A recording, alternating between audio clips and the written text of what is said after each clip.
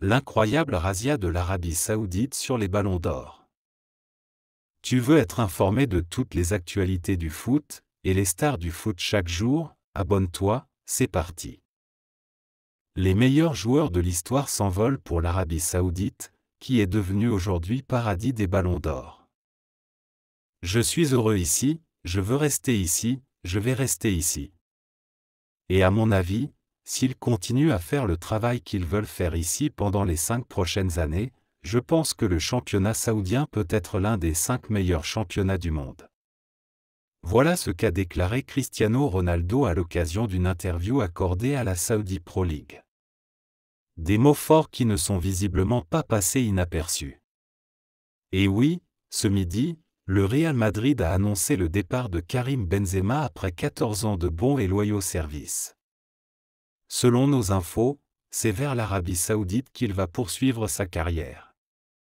Le dernier ballon d'or a cédé au Pont d'Or d'Al Ittihad où il percevra un salaire XXL de 200 000 € par saison.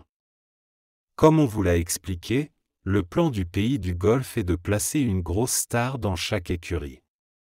Et l'Arabie Saoudite ne compte pas faire les choses à moitié puisque le championnat saoudien vise des vainqueurs du ballon d'or. Vous le savez, Al Hilal pousse pour recruter le septuple ballon d'or Lionel Messi qui a vu son départ être officialisé hier.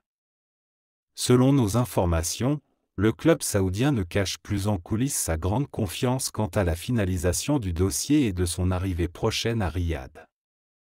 Son arrivée est même espérée d'ici la fin de la semaine prochaine où un contrat historique l'attend.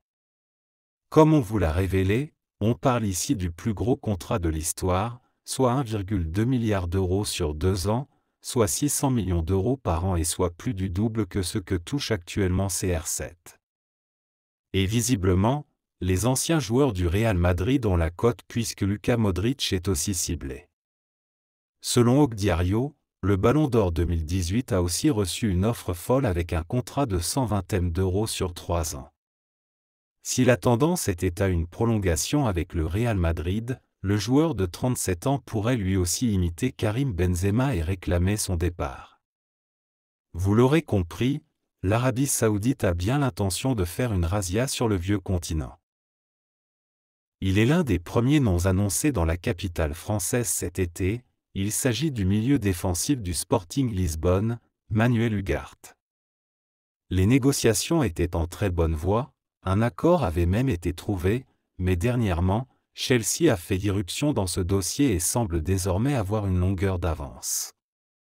Comme le PSG, Chelsea est prêt à débourser 60 000 €, soit le montant de sa clause libératoire.